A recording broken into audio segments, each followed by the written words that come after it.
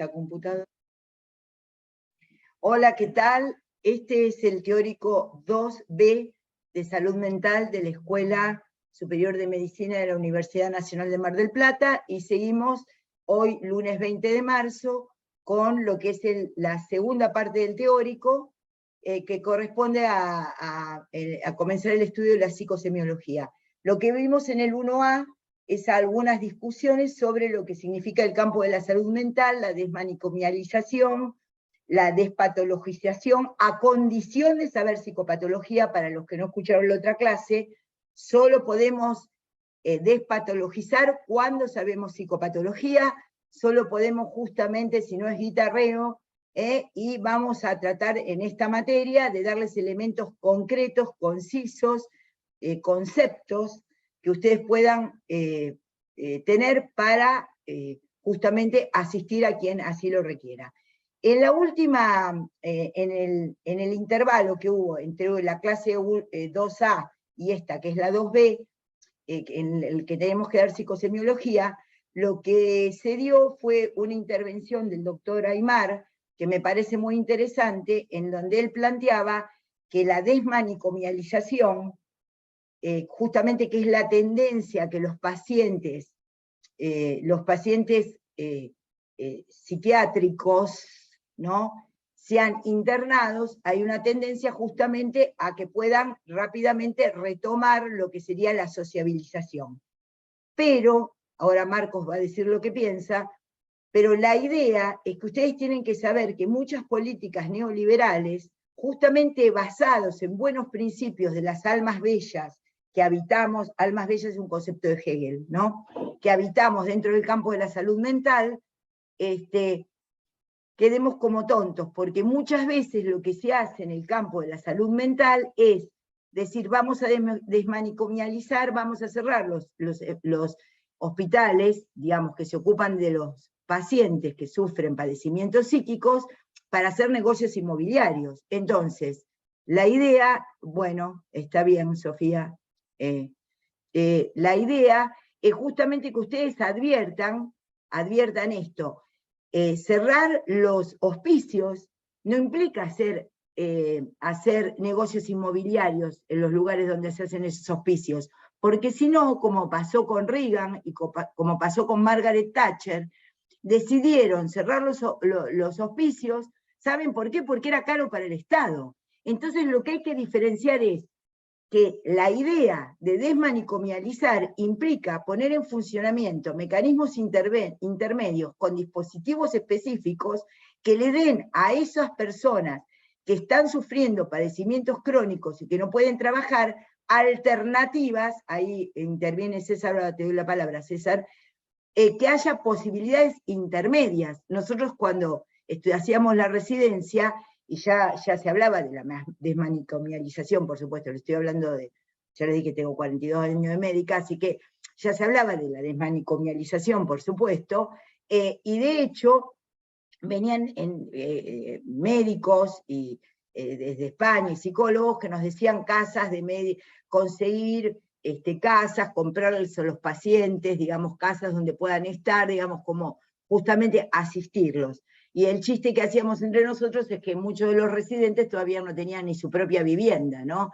Digamos, entonces, poder pensar, digamos, qué difícil es acceder a eso. Entonces, no vaya a ser que se confunda la idea progresista de no restringir, no encarcelar a los raros, a los que sufren padecimiento mental, con la desprotección que podría llegar a implicar que el Estado no opere sobre esto, porque muchos pacientes que sufren, digamos, que sufren padecimientos psíquicos, que sufren sufrimiento psíquico, son abandonados de esta manera y pasan a ser homeless, pasan a ser personas que están desamparadas socialmente. Entonces, por favor, no confundamos, digamos, la pomada con la teoría de la relatividad. A veces, y ustedes como universitarios, como futuros médicos y médicas, tienen que aprender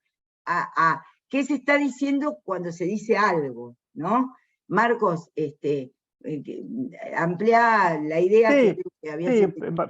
sí, un poquito esto, me parece que está muy, muy bueno esto como para pensarlo, ¿no? Digamos, y teniendo en cuenta que ustedes van a ser médicos, esta cuestión crítica de las enfermedades y de pensarlo, pero como decía María Clara, primero tenemos que conocer lo que es la psicopatología, lo que es la enfermedad mental, el padecimiento mental, para poder después opinar sobre esto. Y ahí creo que es el rol, digamos, que uno tiene como profesional. Yo creo que esto de la desmanicomialización, como le decía recién ahí en el PEREC, digamos, falta, como decía María Clara, estrategias intermedias para los pacientes, ¿no? Uno cuando ha estado, esta ley sale en el 2010 y pasaron 13 años y yo trabajo en una clínica y los pacientes que se intentaron externalizar fueron cero, yo creo, porque la verdad que es muy difícil, teniendo en cuenta esto, que la familia muchas veces los deja ahí, los abandona, y uno la única alternativa que tiene es dejarlos, si uno quiere abrirle la puerta y que te vayan a la calle.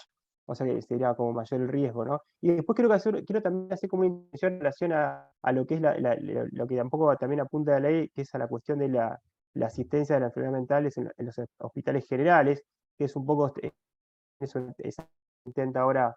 El tema es que estos hospitales generales estén también, como dice María Clara, con una formación y un conocimiento de lo que es de cómo abordar una persona que tiene, no sé, un cuadro Padecimiento psíquico. psiquiátrico, porque, digamos, la internación es diferente. O sea, primero que requiere un cuidado que es diferente, o sea, el personal tiene para, digamos, cuidar a estos pacientes, porque son pacientes que muchas veces se internan. En general, el concepto de la internación tiene que ver con un riesgo cierto inminente, o sea que para que, digamos, no podemos ponerle un quinto piso de un hospital que no tiene ni rejas, porque ahí estamos, y ha pasado, creo que de Posadas una vez pasó que creo que se había tirado un paciente, bueno, son porque no se han tomado políticas de ese tipo. Y además que la internación mental no es un paciente que está en la cama, eh, deambula, tiene que haber actividades diarias que hacen los pacientes como para recuperarse. Entonces, creo que todo esto de las políticas como de intervención de la patología mental tiene que ver también acompañada de todo un armado de cosas que, bueno, que por ahí creo que está como medio verde y que uno ve que, bueno, nada, como que no están tan, digamos, Bueno, no se logró implementar, ¿no? vamos a tomar, por ejemplo, esto. La cuestión de que, por ejemplo, el DSM-3, el DSM-4 y hasta el 5, digamos que ya está en funcionamiento acá, ¿no? Que es el Manual de Diagnóstico y Tratamiento que hizo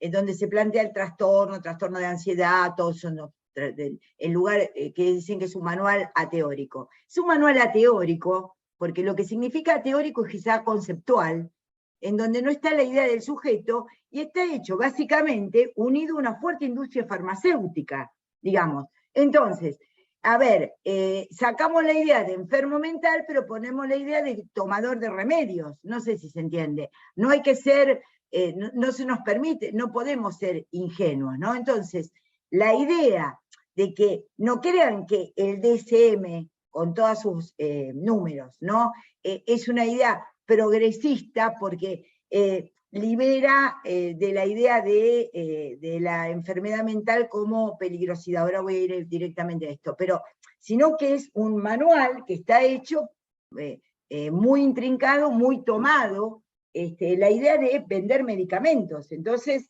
eso es, no es que de progresistas lo hicieron para poder vender medicamentos. Entonces, a cada trastorno le correspondía un medicamento. Está un poco triste, tiene que tomar fluoxetina. Está un poco nervioso, tiene que tomar cierto... ¿Está mal la medicación? No, no está mal medicar, pero la medicalización es diferente a la medicación. ¿Ustedes tienen que saber medicar? Sí, sí, tienen que saber algunos elementos de medicación. Sí, porque van a estar en la guardia solo, no va a haber ningún antropólogo que vaya a intervenir, porque aparte el antropólogo puede tener un marco teórico, el sociólogo o la asistente o la trabajadora social, pero ustedes como médicos van a tener que resolver una urgencia. Entonces, ¿tienen que aprender a medicar? Sí.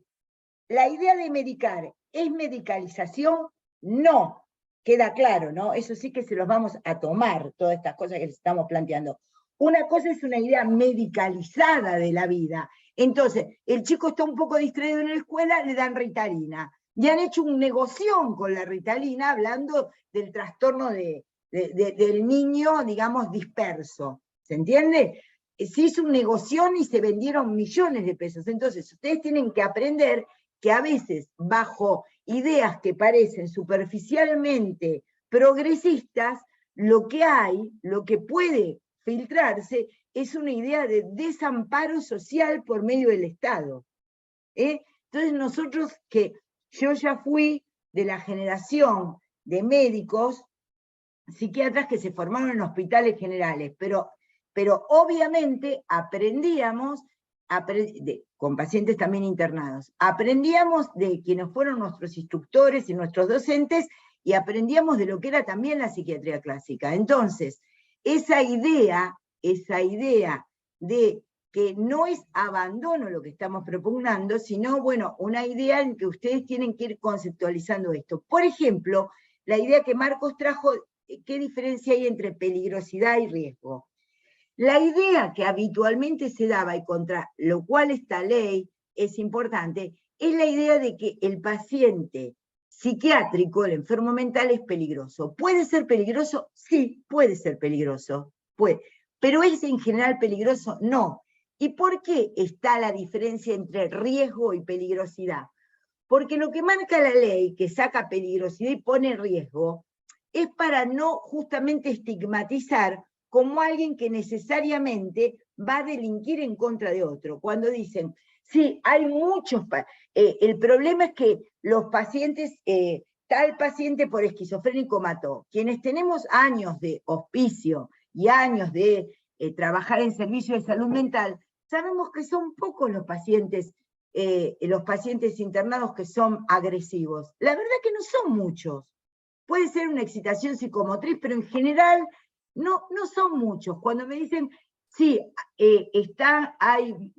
los pacientes están más peligrosos. Bueno, estarán más peligrosos porque toda la sociedad está más peligrosa, porque el tipo que frena, tiene un problema de tránsito, baja y agarra a otro a las piñas o con un palo, bueno, es porque también está alocado toda la sociedad, porque vamos a diferenciar alocamiento o locura de lo que podría ser justamente psicosis. Entonces, los pacientes psiquiátricos pueden ser peligrosos, sí, en algunas circunstancias sí, pero la mayoría no lo son.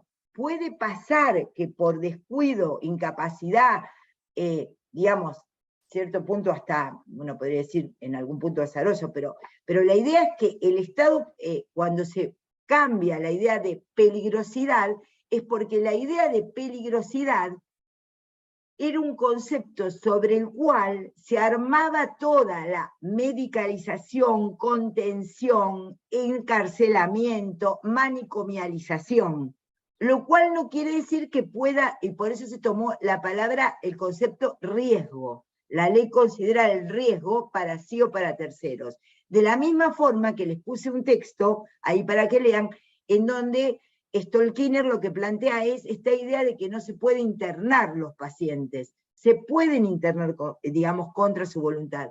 Es un proceso más engorroso y complejo, pero se pueden internar pacientes que revistan riesgo. Lo que pasa es que interviene el Poder Judicial. Y el Poder Judicial muchas veces no coincide con la indicación de quien está haciendo la orden de internación psiquiátrica, una internación en un instituto especializado por riesgo. Y a veces el juez decide que no reviste riesgo y prefiere, digamos, la postura de quien padece este padecimiento que la del profesional que está indicando la internación. ¿Por qué pasó esto? Porque también se abusó mucho de las internaciones, pero era antes eso, porque en realidad actualmente yo creo que hay más desamparo y desatención, digamos, lamentablemente la psiquiatría pasó del encarcelamiento de producir encarcelamiento, quiere decir restringir las libertades, al abandono. Entonces, un psiquiatra no es aquel que en 10 minutos da una receta de tal cosa o tal otra. El psiquiatra tiene que escuchar, y como antes dijo el doctor Aymar, los que tenemos el título de especialistas en psiquiatría somos los médicos, pero no solamente el que es psiquiatra puede solamente saber medicar y manejarse con el DSM-4 o 5 y hacer una práctica rápida de hacer certificados, porque eso pasa, ¿no? O de atender rápidamente al paciente, pero también estamos los que, habiendo estudiado medicina y habiendo hecho la especialidad de psiquiatría, nos hemos formado en prácticas como el psicoanálisis, por ejemplo, u otras, prácticas que tienen que ver con intervenciones discursivas, intervenciones sociales, intervenciones de otro orden que pueden implicar la medicación, sí, pueden implicar la medicación, y a veces es muy necesario medicar.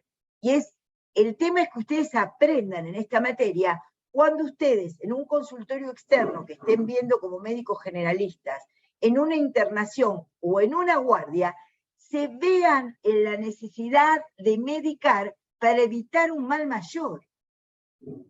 Porque ustedes no pueden salir de esta asignatura pensando que nunca hay que medicar, porque sería un error conceptual y ético. Es un error conceptual y ético. ¿Se entiende? Es un error. En cambio, ustedes van a tener que saber cómo intervenir dentro de lo que corresponde a a su práctica de médicos generalistas. Es como si ustedes dijeran que pueden diagnosticar, digamos, una estenosis de la válvula mitral en una guardia, pero ustedes no van a hacer un recambio de la válvula mitral en la guardia. Pero están obligados a pensar si esa persona tiene estenosis aórtica, por ejemplo. Sí, pueden pensarlo. Bueno, está bien, chau Arrieta, se parece a Arrieta, chau. La idea es esa. Ustedes, por no poder intervenir específicamente en algunos cuadros que tienen que ver con el padecimiento psíquico, vamos a tener que diferenciar qué intervenciones pueden hacer ustedes en la consulta médica como médicos generalistas, en la internación para pedir la interconsulta y en la urgencia. Esa es la idea de la materia. Y vuelvo a decir, la idea vulgar de que los psiquiatras solo medican no es una idea de la vulgaridad. Hay psiquiatras que solo medican porque no estudiaron desde que se recibieron ninguna otra cosa, entonces medican, hacen recetas. Y hay otras personas que desde la psiquiatría, hemos sido psiquiatras, nos hemos recibido de psiquiatras, nos hemos formado como tal, y atendemos en forma de psicoterapia. ¿Esto les queda claro? ¿Queda claro? ¿Alguien quiere hacer algún comentario sobre esto? Si no, parece que los psiquiatras atendiéramos solo los pacientes graves y los psicólogos atendieran los neuróticos. Y ese es un error, porque hay médicos que han hecho su formación en otras áreas de práctica. A ver si alguien, Marcos.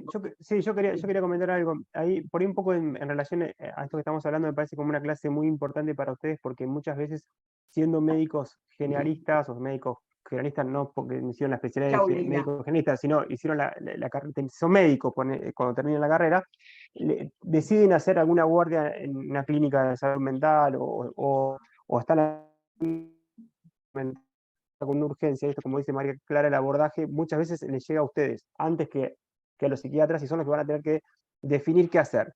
Y me parece que esto del riesgo que plantea la ley, riesgo cierto inminente, también es algo que ustedes tienen que descartar. Una de las preguntas que le hicimos no sé si lo puedo plantear, porque bueno, es un examen, pero me parece que corresponde porque es para aprender, ¿no? Una de las cosas que le preguntamos en el final es, en el caso del paciente, qué tenían que descartar en el caso clínico, y todos van por descartar cuestiones clínicas, o sea, orgánicas. Y está bien, hay que descartar cuestiones orgánicas, hay que descartar si el paciente no tiene una enfermedad orgánica, pero también hay que descartar el riesgo.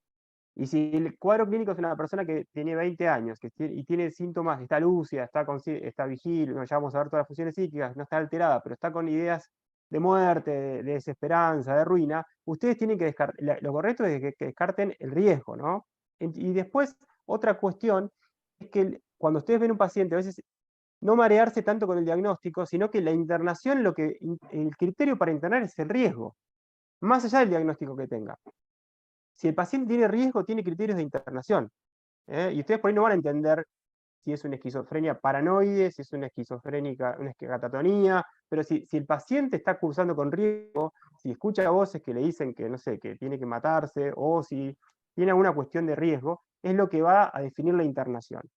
Y me pasa porque yo donde trabajo, muchos colegas médicos hacen guardias y tienen que definir las internaciones, y por ahí me dicen, no sé si internarlo porque no sé si es una esquizofrenia, una paranoia. Bueno, pero no tenés que diferenciar eso para internarlo. No vamos a Claro, diferenciar quiero nosotros. decir para Marcos, por ahí estos colegas no han hecho la especialidad. Y Claro, nosotros no, lo que no hecho... pretendemos desde la asignatura es que ustedes puedan diferenciar qué es una esquizofrenia, qué es una paranoia, y poder, pero eso que es una nosología, lo lleve a un orden práctico de las cosas. Entender justamente que la clínica es la articulación entre lo teórico y lo práctico. Eso es la praxis. Digamos, la praxis es la transformación de la realidad. Entonces, digamos, hay circunstancias en donde ustedes como médicos generalistas no van a medicar ciertos medicamentos, no pueden medicar, nosotros no les vamos a dar estabilizadores del ánimo, ni les vamos a dar litio, pero sí vamos a darles en unas clases ciertos elementos en donde ustedes se van a ver en la necesidad de medicar, pero no de medicalizar la vida, sino de medicar la circunstancia que hace. Miren, cuando hay que medicar o cuando hay que internar, eso depende. ¿Qué pienso yo con respecto a eso? Hay que estabilizar una escena. Ustedes si ven una escena muy desestabilizada, con pacientes que no pueden mantener el vínculo social como lo venían trayendo, y hay un desbalance en donde ni la persona se banca a sí misma, ni los otros lo bancan a él mismo como antes lo bancaban, es una situación de urgencia. Entonces, ¿para qué serviría en grandes rasgos la medicación y a veces hasta la internación? ¿Para qué serviría? Para estabilizar y que la persona volviera a circunstancias que le permiten poder dirigir su vida, digamos, volver el concepto. Voy a tomar un concepto del psicoanálisis que es más específico, pero voy a hacer un uso práctico del psicoanálisis, como dice Freud, un uso múltiple de los conceptos del psicoanálisis para entenderlo del lazo social. El paciente que está en crisis es porque rompió su lazo social, no tiene otro. Entonces, cuando no hay otro del prójimo, cuando rompió su concepto de vida cotidiana, cuando no puede mantener su vida cotidiana medianamente bien, medianamente mal, no más o menos como lo mantenemos todos, ahí hay que ver si no hay que intervenir de una manera más directa, a veces, digamos, siempre con la consulta, porque justamente acá empezamos con la psicosemiología, que es lo que venimos dando, ¿no? Porque la evaluación del riesgo depende de la psicosemiología que ustedes no conocen aún, que es la semiología aplicada al campo de la salud mental. Pero la idea es que, como Marcos lo que está planteando es que hay gente que por ahí trabaja haciendo sus primeras guardias en instituciones de salud mental y no sabe nada de psicopatología y no sabe ni lo que tiene que evaluar, ¿o no es así, Marcos? Vale, exactamente. Digamos, ustedes ahí como les decía, lo que tienen que evaluar, lo que van a tener que evaluar es el riesgo.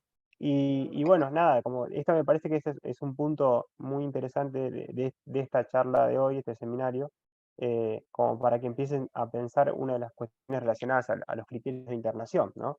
Porque ustedes como médicos están viendo cuáles son los criterios de internación, van a ver en medicina interna y en pediatría de cada una de las especialidades o las partes de la medicina, y bueno, acá es este. Así que bueno, nada, un poco es como para ir introducir el tema. Vamos a articularlo con otras áreas de la medicina. Si un niño está muy deshidratado, no tiene agua potable, no tiene quien lo cuide, y el niño tiene un alto grado, ¿qué les explican? Que hay que internarlo para reponerle el medio interno, digamos, eso es así, ¿no? Y para cuidarlo hasta que esté mejor y pueda volver a la casa con lo que es su núcleo familiar o de cuidado. Bueno, en salud mental tienen que pensar el mismo criterio. ¿Puede dañarse o dañar? ¿Hay una situación de violencia? ¿Hay un niño en juego? ¿Un niño, una persona? ¿Un niño o una niña en situación de dañarse? Porque eso implica el riesgo, poder dañarse a sí o a terceros. Quiero decir una cosa, todos nos dañamos de alguna manera. Si tomamos de más nos dañamos, si fumamos un poco nos dañamos, cuando comemos de más nos dañamos, cuando trabajamos mucho nos dañamos. Ahora, cuando ese dañarse a sí mismo pasa a convertirse en un riesgo. Y ustedes dicen, bueno, ¿qué implica esto? Que ustedes tomen un sistema, ustedes se conviertan como en... Sí, van a tener que decidir, porque esto es lo mismo que si ustedes ven un cólico hepático y ven una vesícula que puede hacer una pancreatitis, que le van a estar preguntando al paciente, mira, seguramente haces una pancreatitis porque tenés barro vesicular en el colédoco, pero lo dejo a tu libertad cómo querés que te opere. Hay un momento en que el médico, ese es el orden médico. Ese es el orden médico. El orden médico en un momento interviene.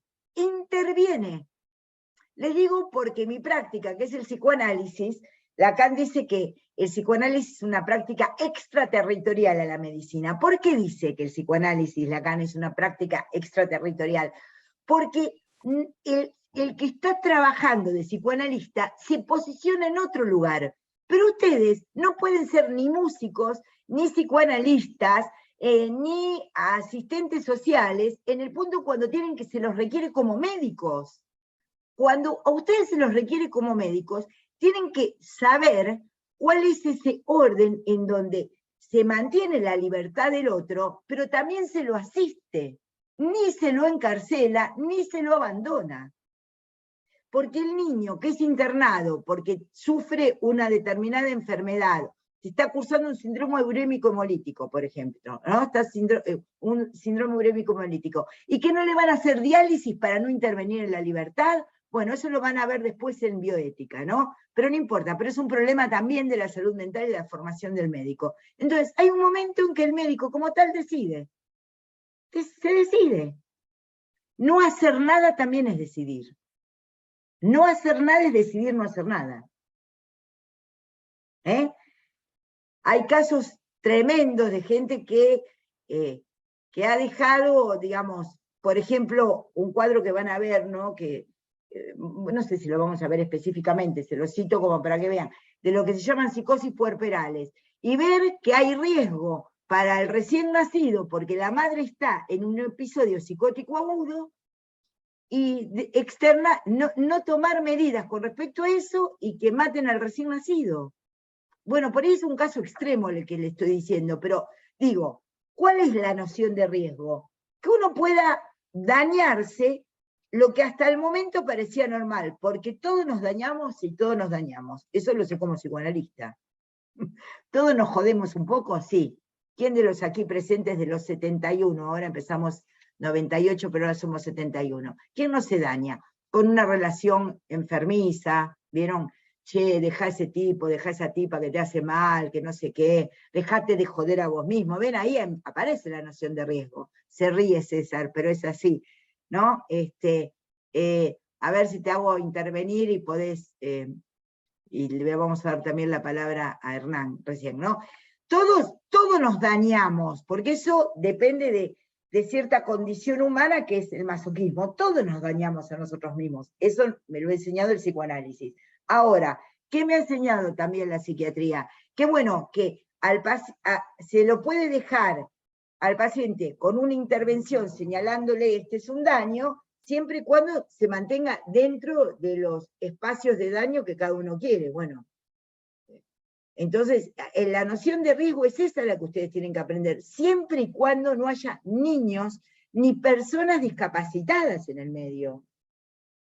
Porque la discapacidad, ¿qué implica? La discapacidad implica que no se puede uno defender del otro. ¿Se entiende? Entonces un niño no se puede defender de un adulto. ¿Se entiende lo que digo? Ahí siempre aparece una cuestión de decisión médica. Y no decidir es ser negligente. Hay 3 formas de la mala praxis. Impericia, que es no saber los conceptos, entonces confundir una cosa con la otra, ¿sí? Imprudencia, que es más allá de lo que se sabe, y negligencia, que es, aún sabiendo lo que se debe hacer, tener una actitud displicente. Entonces, estas 3, bueno, vayan chicas o chicos, y si tienen que ir a Sana, después lo ven el teórico. Pero entonces, la impericia, la imprudencia y la negligencia son elementos que siempre están presentes en la práctica que cada uno desarrolla. Cada práctica tiene sus conceptos y cada práctica tiene sus intervenciones. Hernán, ¿qué podés decir con respecto a esto?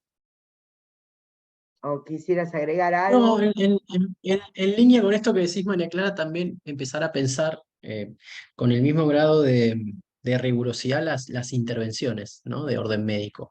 Digo esto porque también a veces de la mano del espíritu de la ley de salud mental se pretende que cualquier tipo de intervención, no sé, o que todos los pacientes eh, disfruten de las mismas actividades, ¿no? Estas actividades a veces sociolaborales que se pretenden como única forma de intervenir en el campo de la salud mental, que en muchos casos son igual de imprudentes, igual de negligentes en muchos casos, e igual de violentas en otras, ¿no? En otras situaciones, ¿no? Importante también destacar que así como es importante conocer la psicopatología para después poder llegar a una instancia a poder cuestionar los efectos y esto que muy bien resaltaba María Clara hoy, también tener muy en cuenta la intervención médica, ¿no? Porque más allá de la especialidad psiquiátrica, no hay que olvidarse de que son médicos. Y la intervención tiene que ser estrictamente médica, por más que, digamos, uno también trabaje en grupos interdisciplinarios y que haya intervenciones que vayan más allá de un sujeto individual y demás, pero hay que ser prudente también a la hora de planificar y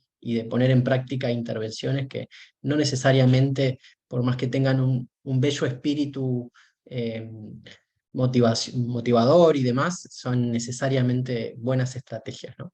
Ese comentario nada más. Gracias, gracias por el comentario. Cuando yo era residente, ya hacíamos asambleas con los pacientes, entonces arriábamos a los pacientes. Tengo un trabajo que se llama Preferiría no hacerlo, bueno, es a partir de un texto, ¿no? Matterly, bueno, el escribiente, digamos, en donde hay una frase que es preferiría no hacerlo, ¿no? Que se toma mucho desde psicoanálisis, yo qué sé. Y yo trabajé a partir de lo que es, en psicoanálisis se llama reacción terapéutica negativa, no querer, digamos, no querer mejorarse. Y bueno, cuando yo estaba en primer año de la residencia, hacíamos asambleas de los pacientes que estaban internados, yo qué sé, les leíamos los diarios, no sé qué, los pacientes lo único que querían era ver lo de las carreras y leer de los diarios las carreras y la parte de las crónicas amarillistas, ¿no? Cuéntenos quién mató a quién. Nosotros que no sé, queríamos que hicieran el comentario sobre la película de Berman que habían estrenado, ¿me entienden? Cosas de taradas, nosotras, con la mejor buena voluntad. Entonces me acuerdo que había un paciente, Mateo, que estaba puesto así, tenía una esquizofrenia catatónica, serio, estaba apoyado contra la pared, ¿no? Seria, se llama, con C, seria. Entonces estaba así apoyado contra la pared, ¿no? Fumando un pucho, así parecía todo uno, ¿no? Con la ceniza que se le caía, y yo, Mateo, vamos a la asamblea, vamos a la asamblea, vamos a la asamblea. Y el tipo me decía, no. Y yo digo, pero ¿por qué Mateo no quiere venir a la asamblea todos los viernes, mortificando al pobre Mateo con la asamblea, para que hablara y se mejorara? Y él me dice un día, porque estoy ocupado, ¿no? Entonces, eso ve lo que es la psicosis. Estaba ocupado por las alucinaciones y el delirio. Él estaba ocupado en lo de él. Era yo con ese furor curandis de que, no sé, que vinieran a hablar a la asamblea, porque teníamos asamblea y después lectura y comentario de diarios. Se hacen muchas cosas en nombre de la salud mental progresista, pero bueno, teníamos lectura y comentario de diarios y Mateo me dijo, estoy ocupado. Bueno, entonces hay que ver también el caso a caso, en donde una práctica en general puede ser bien tomada, pero no es para todos los pacientes, ¿no? Como vienen los pacientes al consultorio, por ejemplo, traen a la madre está deprimida, como decía Marcos, con ganas de matarse, con miedo a envenenar, en lugar de ponerle sal a la comida, ponerle veneno, porque está con una melancolía en curso, por ejemplo, ideas de daño, ruina, todo eso, y miedo a matar a otro, y las familiares dicen, doctora, ¿le parece que empiece a hacer cerámica? Yo digo, perdón, ¿la señora es ceramista? Porque si es ceramista lo entiendo. No, nunca en su vida no diferencia la cerámica de la porcelana. La señora nunca en su vida vio un torno, Y yo digo, perdón, pero ¿cómo se les ocurrió? Para que haga algo y se entretenga. La idea de la productividad está muy asociada a la idea de la enfermedad. Entonces, hay lógicas que son lógicas neoliberales del capitalismo más feroz, que es, si no trabaja, está mal. Entonces vamos a poner a trabajar los locos, que parecen campos de concentración, no sé si se entiende. Entonces, como una persona, eso nos pasa a varios. A ver, César, decilo, habla, dale. No, profe, lo que estaba diciendo justo ahora es que justo me pasó hace muy poquito y yo la estaba pasando muy mal porque dejé de trabajar para cursar todo lo necesario para cursar medicina, que no podés casi, es muy difícil. Entonces yo dejé de trabajar y me di cuenta que digo, ahora voy a ser feliz. Estaba peor, no me daba cuenta que siempre había algo que me estaba faltando. Digo, yo, ¿por qué ahora estoy con el tiempo libre? Y me mataba y agarraba y estudiaba todo lo que tenía que estudiar para el año pasado, era más sencillo que ahora, dejé de hecho a la mitad, y era eso. Yo me sentía a mí mismo vago, diciendo, ¿qué haces dejando de estudiar si vos, dejando de trabajar? Yo estudiaba gracias a mi trabajo, y ahora se dio que pude, digamos, mantenerme de alguna manera, pero al dejar de trabajar, yo mismo me comía la cabeza de que yo tenía que ser improductivo en esta sociedad. No puede ser que dependa de mis viejos, ponele. Y yo criticaba a la gente que dependía, y ahora estaba en ese punto, y digo, eso de la productividad o Bueno, la cultura del trabajo, me parece claro, que... porque la idea del sujeto sano, como la idea de la productividad, es una idea bien capitalista. Por eso desde Lutero en adelante, cuando Lutero manda a los niños a entrar ¿viste? A partir del luteranismo y de la revolución industrial, mandan a los niños a las minas de carbón, a sacar carbón los ingleses, uno podría decir eso que es promoción de la niñez. No, no es promoción de la niñez. No te digo que a vos te mandaran a sacar carbón de las minas, no sé si lo de las minas, pero no digo eso, pero el tema es que ¿no? Es la idea de el que produce es válido, el que no produce no es válido. Entonces, esa idea también que acá en el texto de Faraón está la de la discapacidad en salud mental, o de cómo poder pensar cómo se es un hombre libre o mujer libre y sano, en el sentido de producimos, no producimos. Bueno, estas son ideas, vuelvo a decir, dañarnos dañamos todos, a nosotros mismos, y dañamos al otro también con una mala contestación, con una idea que no va, con una acción intempestiva, pero todo eso tiene como cierto límite, y el límite es el otro como prójimo, ¿no? El límite es el otro como prójimo, y nosotros también como prójimos de nosotros mismos, digamos. La idea, yo no creo que hay que considerar al otro uno mismo, sino que hay que tomar a uno como prójimo también, ¿no? Uno funciona en lugar de otro. Entonces, vuelvo a decir, la idea de riesgo, que también parece una idea muy, un concepto muy como difícil de transmitir, es, bueno, el daño es tolerable para sí mismo, el daño es tolerable para los demás y pueden vehiculizarlo, pueden metabolizarlo. Bueno, entonces no habrá riesgo cierto e inminente. Riesgo hay siempre. Van a ver cuando hagan otras especialidades en donde uno dice, bueno, riesgo también toma el médico cuando da una medicación, porque no hay medicamento que no tenga, ya lo van a ver con el doctor Aymar, pero que no tenga efectos colaterales, a veces adversos, a veces paradojales. ¿Verdad, Marcos? Bueno, uno trata de entender, digamos, y de dar lo que mejor andaría, ¿se entiende, no? Pero bueno, Tal cual, sí. Sí, la así. medicina yo creo que es una carrera que explica, como dice María Clara, o sea, desde cualquier intervención que uno haga siempre va a haber un riesgo, ya sea hacer o no hacer, implica un riesgo. Y la idea es esta, que ustedes puedan como ser críticos a la hora de tomar las decisiones.